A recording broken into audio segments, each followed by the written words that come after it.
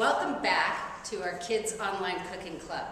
This is the first one of these that we have shot from our new facility, which is not finished yet. So we're kind of still in the process of moving. The old part of the library is being remodeled right now, and the new part of the library we're kind of a little scattered in.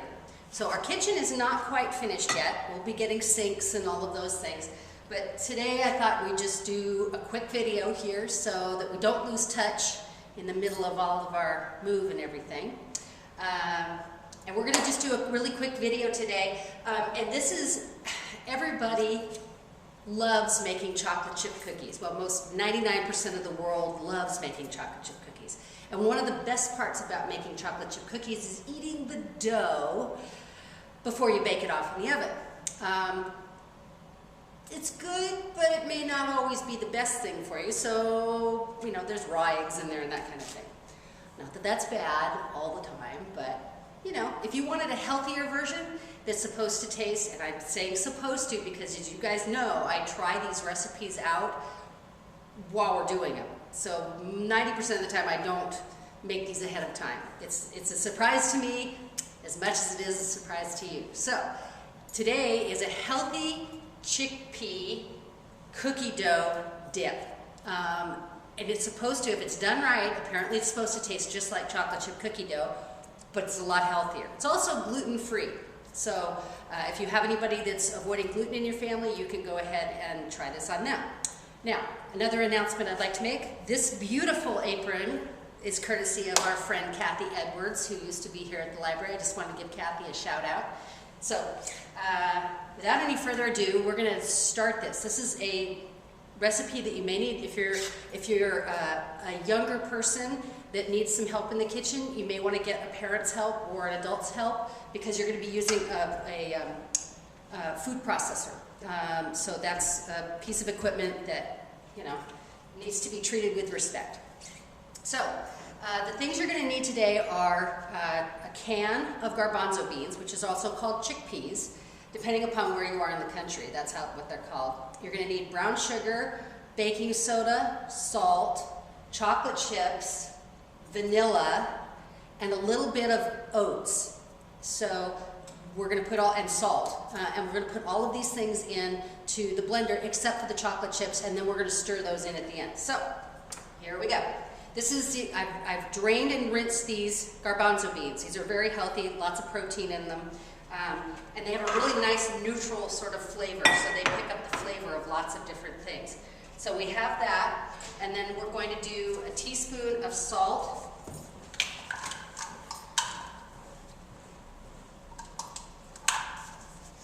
So we have, let's see, an eighth of a teaspoon of salt. So let me see if I can find the really small one here. This is kind of like having a pinch of salt. So sort of a pinch of salt, an eighth of a teaspoon of baking soda, and I will post this recipe online like we do with all of the others. That should be good. Right there. Okay, 2 teaspoons of pure vanilla extract.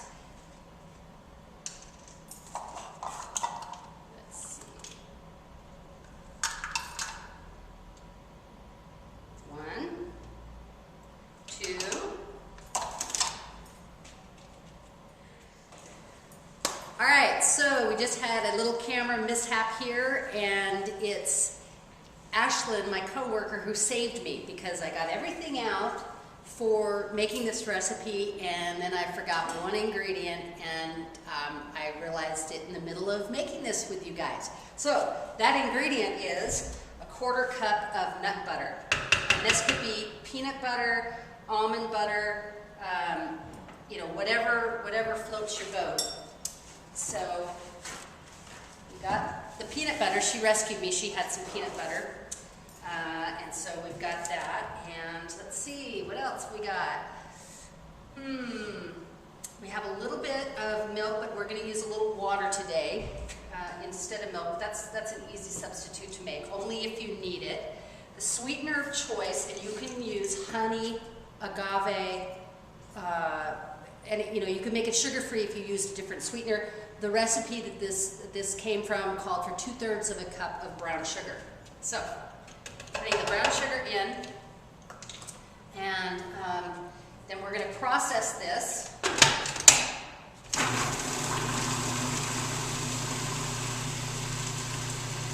Really well. Apparently the secret to this recipe is that you really whip it up with the food processor.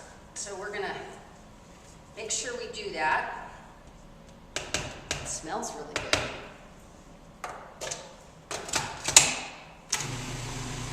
I'm going to just let that process, and I'm going to see about adding a little bit of water to it.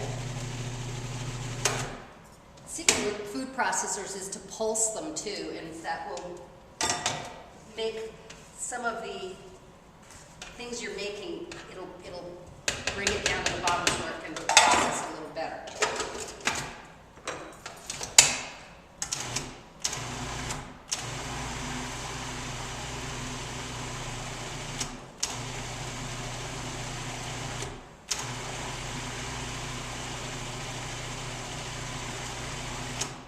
Let that go for just a second.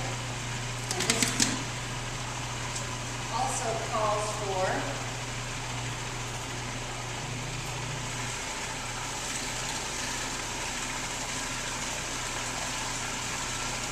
a little bit of oats.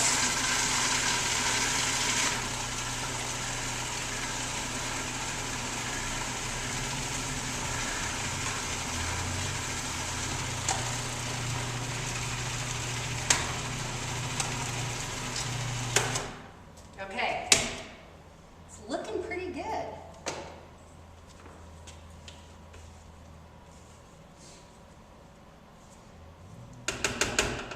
Okay, the next step is we're going to take this out of the food processor. We're going to put it in a bowl.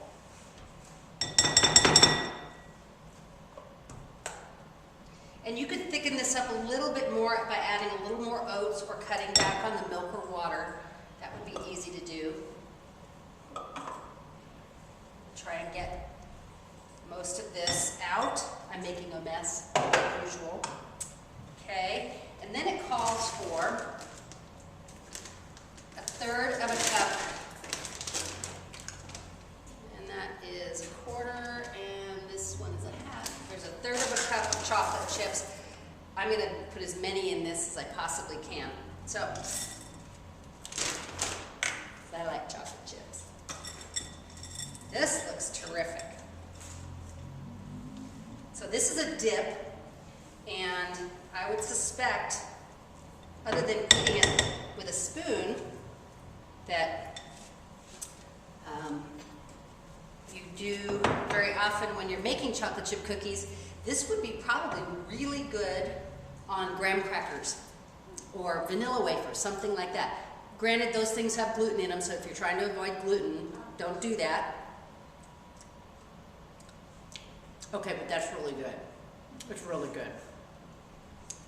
Okay, that's this week's online cooking video from our new meeting room kitchen area, which we will hopefully finish in the next month or so. Stay tuned, and we'll come back to you with another recipe possibly next week. So, hope you have a great week, and we'll see you soon.